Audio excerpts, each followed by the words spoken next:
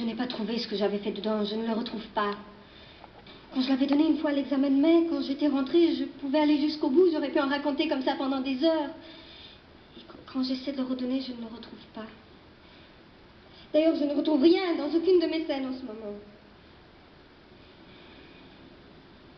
Tu dois le retrouver, ou alors tu n'es pas une comédienne, tu es une tricheuse. Personne ne te le donnera que toi-même.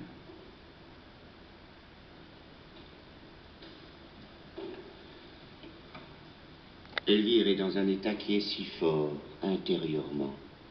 C'est si plein d'amour intérieurement qu'elle est quasiment inconsciente de ce qu'elle dit. C'est une somnambule qui entre. Or, ta marche d'entrée est une marche consciente déjà.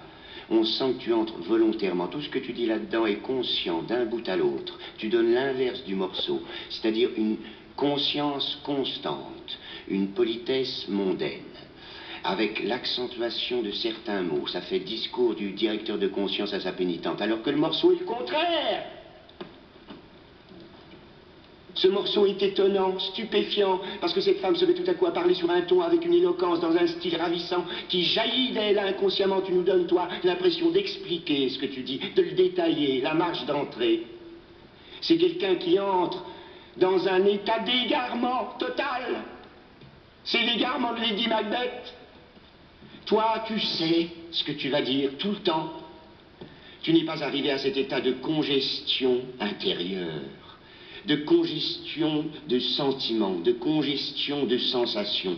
Tu n'es pas arrivé à cet état qui te donnera l'égarement, l'inconscience de ce que tu dis, qui par conséquent te donnera ce détachement céleste dont je te parlais tout à l'heure, ce ton prophétique qui est stupéfiant. C'est ce que tu n'as pas là-dedans. Même tes gestes sont les gestes que tu fais quand tu veux les faire. Quand tu fais un geste, ton corps suit le geste. C'est tout toi qui participe à ce geste. Alors que les gestes d'Elvire sont des gestes inconscients. Ce sont des gestes extatiques. C'est quelqu'un qui est dans un état d'extase. Il y a dans ce personnage une fixité intérieure qui lui donne un côté hagard et extatique.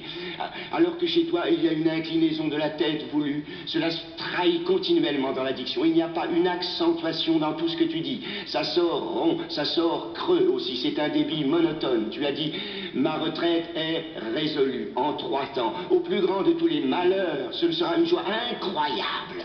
Ce qui prouve que tu n'es pas dans l'état physique du personnage, alors que tu cherches à le remplacer avec des gestes, avec le texte. Et surtout, tu parles à Don Juan, c'est une femme à ce moment-là qui parle devant elle, donc complètement au public. Elle entre, elle lui dit, ne soyez pas surpris, Don Juan, j'ai quelque chose à vous dire. Elle a les yeux baissés, presque. Quand on a couru pour venir dire quelque chose de très important, on ferme les volets de ses yeux pour rester seul avec ses pensées, avec ce qu'on a à dire. Elle lui dit, ne soyez pas surpris de ceci, ne soyez pas étonnés de cela, et ça part face au public. Rien au monde ne m'a été si cher que vous. Quand tu dis ça, tu le dis avec une conscience, avec un sens de ce que tu dis, qui est le contraire du morceau. La femme qui dit ça ne s'entend pas, c'est de l'égarement absolu. Elle ne s'entend... Il ne faut pas que la comédienne s'entende dire ça. Si tu te reposes sur le texte, si tu veux nous l'expliquer, tu trouves dans le texte des moyens d'émotion personnelle, mais le texte est perdu. Ce serait une langue inconnue, tu dirais, ça vaudrait mieux. Non, vous dis-je, ne perdons point de temps en discours superflus. C'était mondain, gracieux ce que tu as fait là-dessus. Le miracle de cette scène est dans l'inconscience. Il faut que le public se rende compte que cette femme est dans un état de transe, d'extase.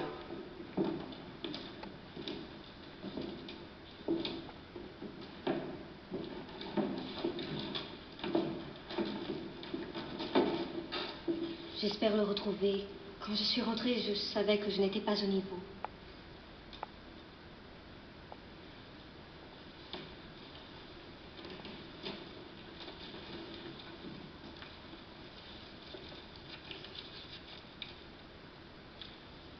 C'est l'entrée en scène du personnage, toujours la même histoire. Si c'est ça, ça marche. Si ce n'est pas ça... Tu ne peux pas te rattraper là-dedans, c'est pas possible. Ça vient de ce que je n'étais pas au diapason. C'est ce qu'il faut trouver, l'entrée en scène.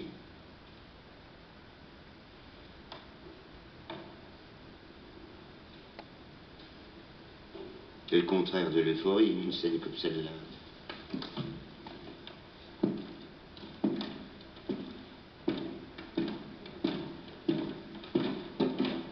ça relève plutôt du fakir. La scène est étonnante, stupéfiante, par ce caractère de somnambulisme, d'égarement dans lequel est cette femme. Et même si on n'est pas religieux, on doit en être frappé. C'est un texte d'une pureté extraordinaire, qui a une suavité étonnante. Au bout d'un certain temps, ça sent l'encens. Il faut avoir dans ce morceau le sentiment que donnent les gens qui parlent avec l'impérieux besoin d'arriver au bout de leur message.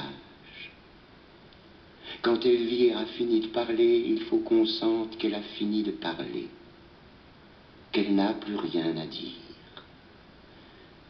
Elle est venue là en messager divin. C'est une apparition, une annonciation qui arrive brusquement, avec l'éclat que donne l'apparition. C'est une apparition céleste, comme en songe, la nue éclate. On voit tout à coup l'apparition. Et puis elle parle, et quand c'est fini, c'est fini. C'est quelque chose de soudain qui disparaît. Dans la scène d'Elvire, la difficulté, c'est qu'il n'y a pas de moyens artificiels, il n'y a pas de machinerie. C'est l'actrice elle-même qui doit donner ce caractère étonnant.